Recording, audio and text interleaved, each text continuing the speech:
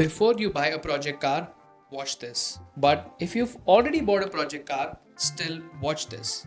Pick the right car. The cheapest car isn't always the cheapest project car. This is probably the most important step. Base car can either make or break a project build. And what are the things that we are looking for? First and most foremost, parts availability. Now you gotta look out for car that has good parts support. Like say for example, we can highly relate to my project car, the Corolla, because I've had a lot of problems sourcing parts, like mostly aftermarket parts. But other than that, my car was the easiest to source parts, like say any mechanical parts, say suspensions, say headlights, tail lights, bumpers and whatnot. Most of the parts that are not odd parts, they are easily available, because you don't want to buy something that nobody makes parts for. Ask one question to yourself: is the replacement and aftermarket parts easily available? If the answer is yes, then it's probably a good deal maybe. Then comes the reliability. Is the gearbox and the engine fundamentally good? You got to look out for cars that have good engine and gearbox, because that's the main thing about the car, right? And in India especially, we always look for resale value. Say if you buy a car worth 2 lakhs and then you spend 8 lakhs on it, do you think you're gonna get 10 lakhs back? Nope, right? Does it make fundamentally sense? If yes, then why not? If no, then probably you should rethink about your decision. Aftermarket support. Now, let's take two cars, okay?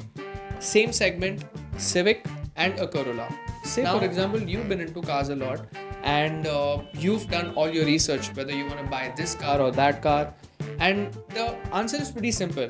Civic has tons of aftermarket options like the coilovers, the rims, the struts, the body kit, Type R, Mugen, and LED headlights, TRS, LED tail lights, big spoiler, and all of that stuff is available easily everywhere. I can just order it in one click.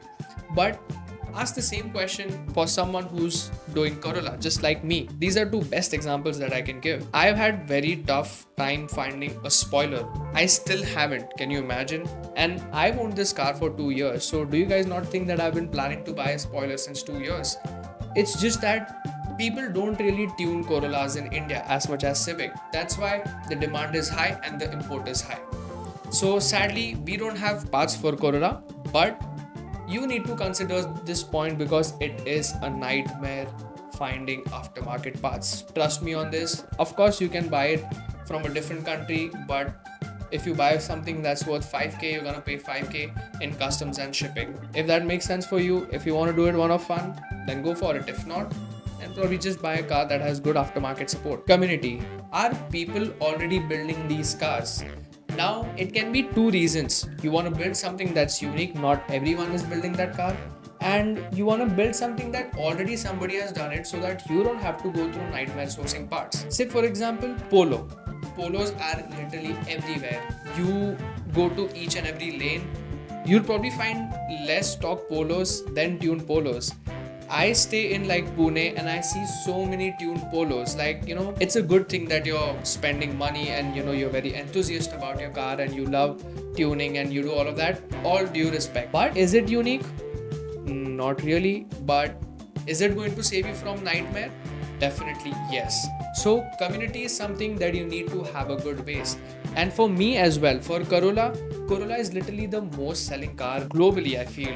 And you have a lot of communities. You see Corollas everywhere, and I don't think even if you fall into a pit, you probably will get out because Corollas are sold that much. So there are very less chances of you to fall and come to a dead end. So alright, so this is one of the most important things, and I believe essential to mechanics. Do you think your local garage can fix your car? If the answer is yes, then the car is good to go. But if you think it's a bit challenging and it requires special skills, then maybe not. Say for example, if you buy a 535i that has NA 6-cylinder engine. Do you think a local garage can fix your inline 6? Definitely not, right? Say 5 to 8i. These cars require special skills. And trust me on this, I myself had a lot of problem finding a good mechanic. Even though my car is like most selling car, I've had a tough time finding a good mechanic. Imagine if I go with a V6 or inline 6, you think people will be able to fix that? Probably not, right? So maybe if you want to save yourself from a nightmare, probably get something that's easier to fix. Condition. Do not confuse cheap cars with cheap project car. As I said earlier, just don't think that, the car looks a bit off. The paint is gone.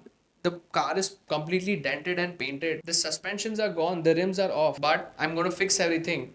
Do not make that mistake. If you get a car that's totally good, say the suspensions are good, the car is completely well kept, it's mechanically fit, the tires are good, the rims are fine, the paint is fine. You know what you're going to end up with? A really good project car with less nightmare.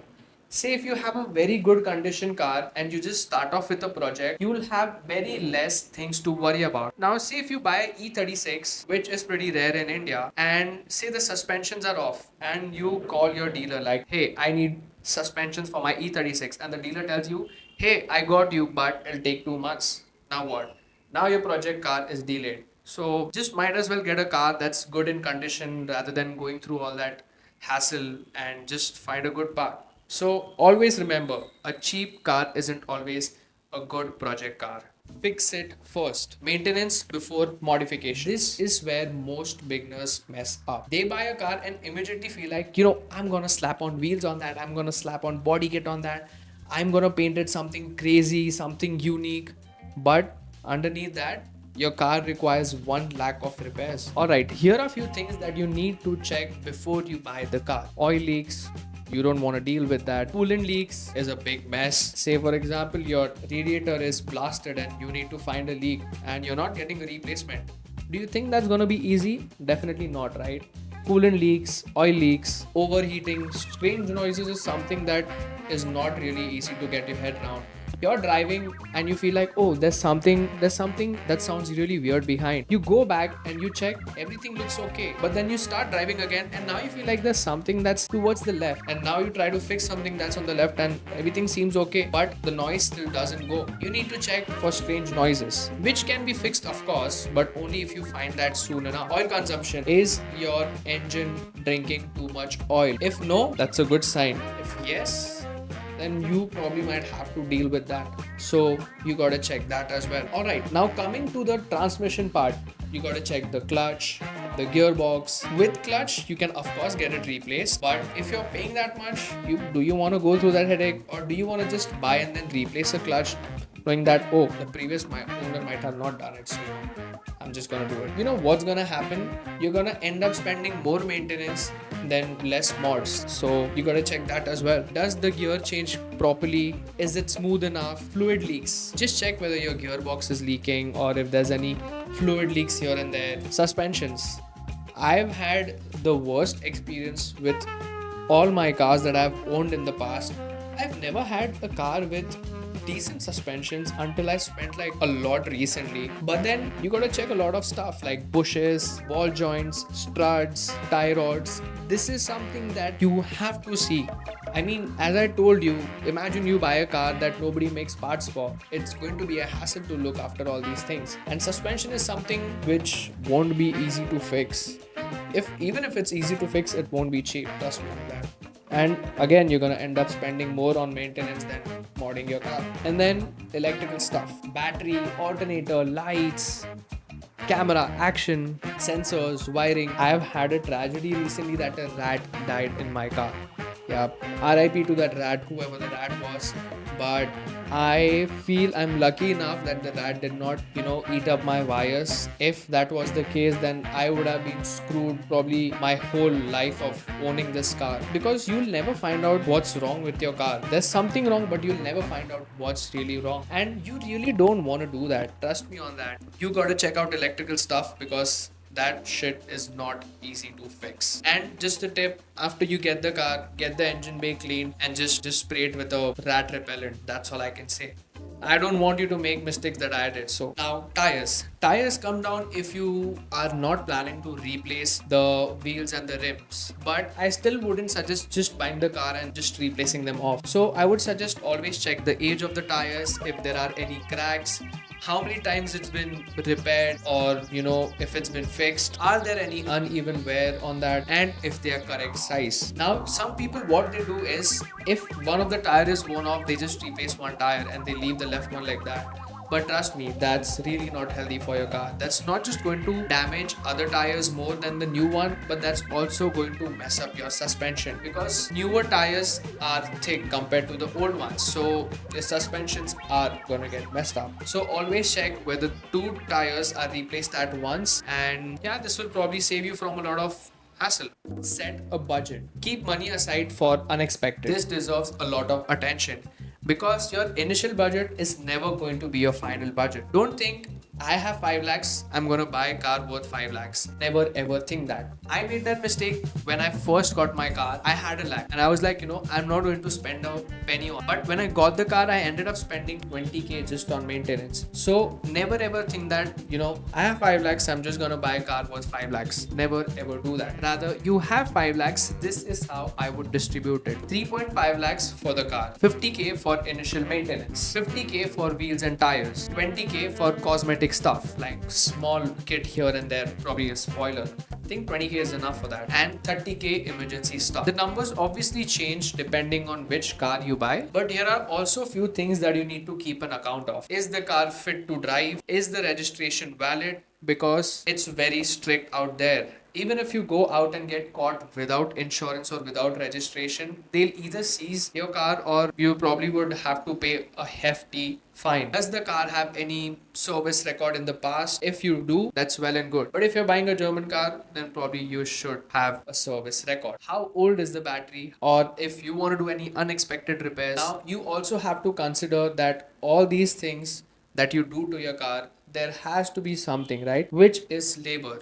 Now, labor is something that you cannot avoid unless until you yourself are a mechanic. You probably can't, right? You buy all that mods and you can't fix that, which is of no use. So labor is something that you have to look for. And good tools. Good tools is a good investment. You never feel bad for buying good tools, right? Just don't buy anything from Amazon worth 800 bucks just because it said 30 in 1. That's not going to fix your issues. That's going to increase your issues. Do not buy cheap tools. I bought a Stanley spanner. Spanner is called spanner? What kind of car guy am I? I don't even know it's called spanner. Anyways, get good set of spanner, get good set of Allen keys and all of that. You get a good set of Bosch, which you can buy for like I think 3k, and that should do your basic job. So invest in good tools. It will last forever if you keep it well. Do not buy cheap tools. That's going to damage your car or whatever you're working on. Just invest in good tools. And then since we are here, let's fix this too.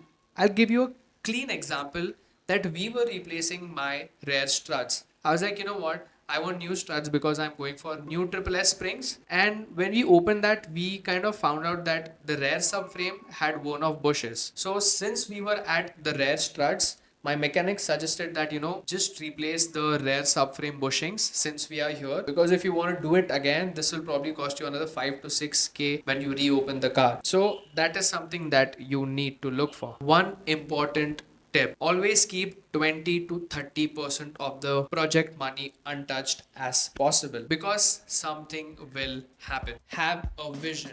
Don't build somebody else's dream car. This is where your project gets identity. Before buying any parts, before starting, ask yourself one: what is your philosophy behind the build? What is the vision? Do you want OEM plus build? Do you want a sleeper build, pure performance build? Or do you want a crazy stance car that has the best stance ever? Or do you want a show car? So let's break it down. OEM Plus is something that is gonna keep the stock look, but not so stock. It's gonna keep the car a level plus from the stock car. That's what OEM Plus builds are. Nothing too crazy, nothing too fancy, just subtle modifications. Then comes Sleeper Performance build.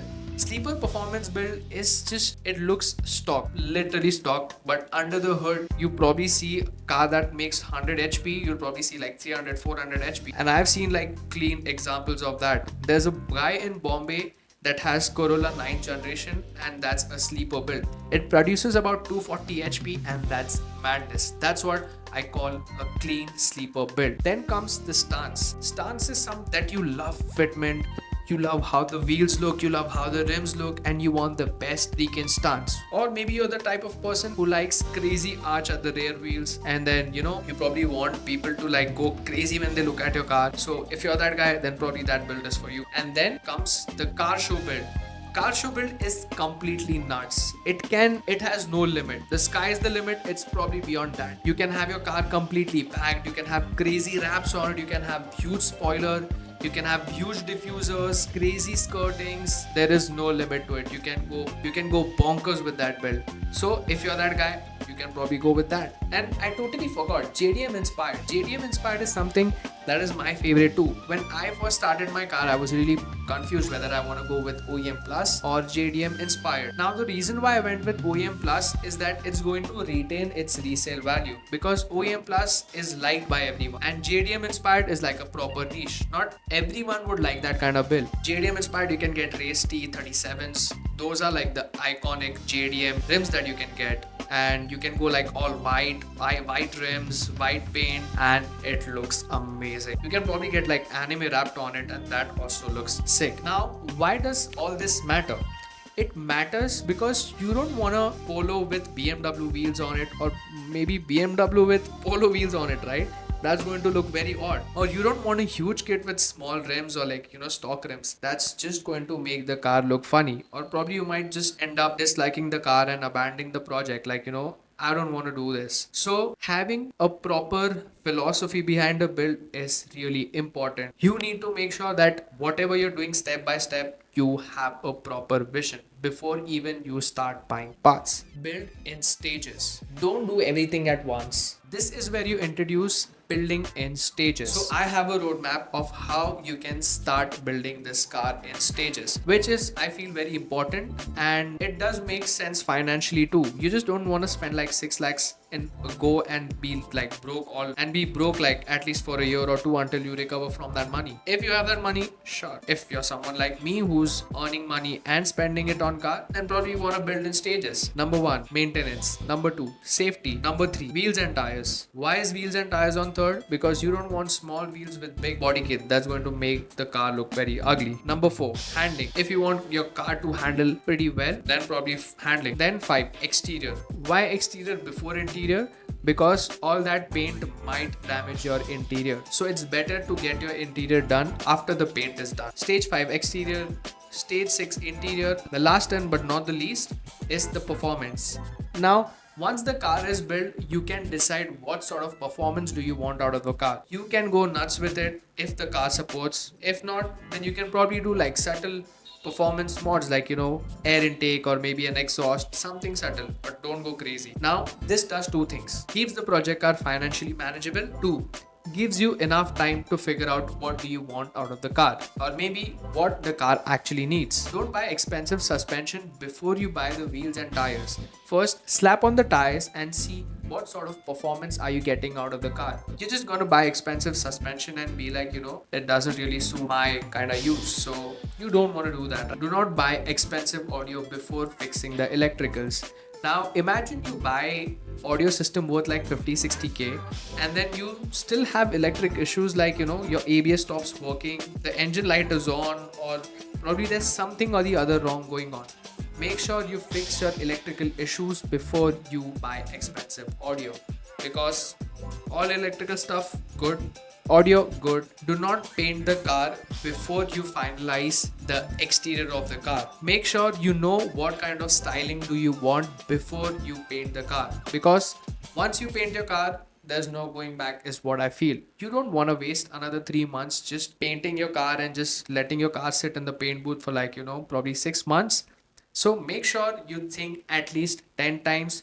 Do your research as I did. Go on Pinterest, check reels, do whatever you want to do, but make sure you finalize the paint and you have a vision with your exterior styling. Not just that, Your paint also has to complement the type of rims you're going for. Buy smart. New doesn't always mean better. This could be the most useful section because new always doesn't mean better. For older cars especially, you can find great used parts. When I started my project car, I was like, I want to buy new this, I want to buy new that, I want to buy new kit, I want to buy new headlight, I want to buy this, I want to buy that. But you know what I really missed on? I really missed on the fun part.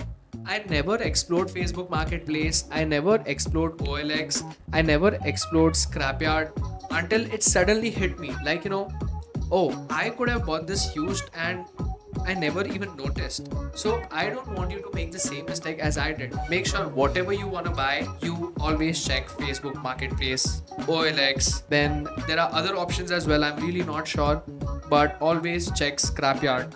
Like, I'll give you an example. Last time what had happened is that I wanted to get chrome off my handles because I wanted to paint it in the body color. But what really happened is that I tried to take off the chrome and I ended up damaging the entire handle. So I had to buy a new set of handles which were 15k. 15k for a set of handles? Ain't no way I'm paying that. Then I was like, you know what? The only option left is to find it in a scrapyard. Then I called up 2-3 people in Bombay and be like, do you have this? And you know how much did I get it for? The new set is for 15k.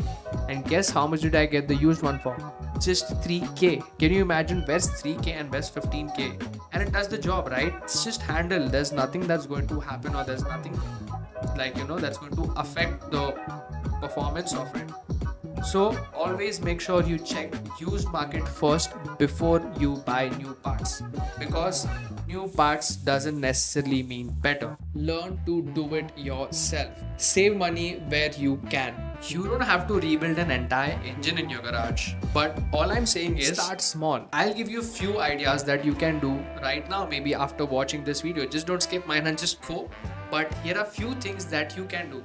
You can easily replace the cabin filter, which is also called as the AC filter, the air filter. Maybe if you have the tools, you can change the oil filter and the oil. If you have the equipment, well and good. It's not crazy thing. It's a no-brainer. If you have the tools, you can easily do it. Bulbs, batches, logos, interior trim, cleaning. Cleaning is something that you have to do because you don't need to learn anything, right? It's something basic, right? And essential. Detailing, of course, simple accessories, LED reflectors, head unit. Now head unit can be a little skeptical, but if you watch it on YouTube and then do it, it's going to give you a different level of satisfaction. And reverse camera, if you don't have one, then gradually learn more complicated work. And you know why all this matters? Because say for example, your garage takes $2,000 just to replace a bulb, and you can instead spend that $2,000 in modding your car actually. But if you know all these things, you're gonna end up saving more money. So this is why it is very important to learn how to do these small things. But that necessarily doesn't mean that you do everything on your own. There are few things that you should leave it up to professionals, like the brakes, suspensions, electrical stuff. You do not want to do major electrical stuff, like do not mess with ECU, do not mess with fuse box and all of that stuff. You should leave that up to the professionals and just don't blindly experiment it on your own. Just to save $2,000, you'll end up spending 20k. Trust me on that. So just two simple things. Start small. Make it yours. Take inspiration, do not copy. This is more of a mindset point. You'll see a car on a reel and be like, I want those rims, I want that color, I want those lowered springs and all of that stuff. But you know what? That's not really going to give a personality to your car. Instead, that's going to build somebody else's car. Instead, here are few questions that you need to ask yourself. Is it going to suit my budget? Is it going to suit my use? Is it going to suit my car? And will I really like this in next 2 years? If you have all 4 answers and simple, sure, go ahead, no problem. But you don't want to bag your car if you have a family of 4. Imagine you have like crazy arch wheels and you have to take your mom and your dad, or maybe your wife, or maybe your husband or if you maybe a kid. You're going to look like a fool. Do not do that. Make sure you first examine your own situation, whether what sort of usage do you have for your car, and then probably adapt it. I wouldn't say just straight up copy it, but that's not really going to give a personality to your car, and you don't want to look like a fool. Trust me. Do you really think and it's going to make the car better? If yes, then sure. No, then probably just skip the mod. And in my case, I kept my modifications very subtle, but at the same time, it grabs a little bit of attention, and that's not even going to affect any of my usage case. I can still take my family out, I can still take my friends out, I can still go out alone, I can still have fun with it, right? You want a project car because it's fun, not because it's a headache. Expect problems. Something will happen. Expect the project car to fight back. Just because you're full with dopamine and full with energy, full with enthusiasm, that really doesn't mean that the car will turn out as expected. Here are few things that Instagram will not tell you. You will see on reels like, oh, he's got great wheels, he's got great paint job, he's got that lowered springs, but nobody is going to tell you the headache behind it, and that's something usually people don't really talk about. One wheel is bent, the parts have come damaged, the screws don't fit, the skirtings that you ordered are not the correct size, the color paint isn't right on some panels, and on some panels the colors look different, the mechanic delays the car, something breaks while installing something else, and the budget suddenly increases by 30k. This is something that you need to consider, which I did not. And this is pretty normal. A project car is basically plan, problem, fix, problem, spend money, problem, drive, problem. This problem is never going to end, but that's what makes the journey more interesting. If you're going to lose your mind every time something goes wrong, then project car isn't for you. Think long term. You don't finish a project car. Never think, how will I finish the project car? Instead think, how will I improve the car every single year? You don't need to do everything immediately. Year one, you can do maintenance, you can get new wheels, you can do small cosmetic stuff here and there. Then later, year two, you can get new suspensions, you can get a new paint job, you can get the exterior, interior done. Then stage three, you can get performance and final touches. Obviously, everyone's timeline is going to be different, but the idea is simple. Build, drive, learn, improve, and don't forget the most important part, actually drive the car. Don't turn your car into something that you just admire it, like you've made the car so perfect, it looks so nice, it looks so good, but you're scared to put miles on it. Just don't do that. You build the car to have fun with it, not just to look at and admire it, right? Of course you can do that too, but also while driving the car. And honestly, I did not know any of this when I started my project car. I'm still nowhere close to finish, and that's the whole point. Because a project car isn't something you finish, you keep improving every year.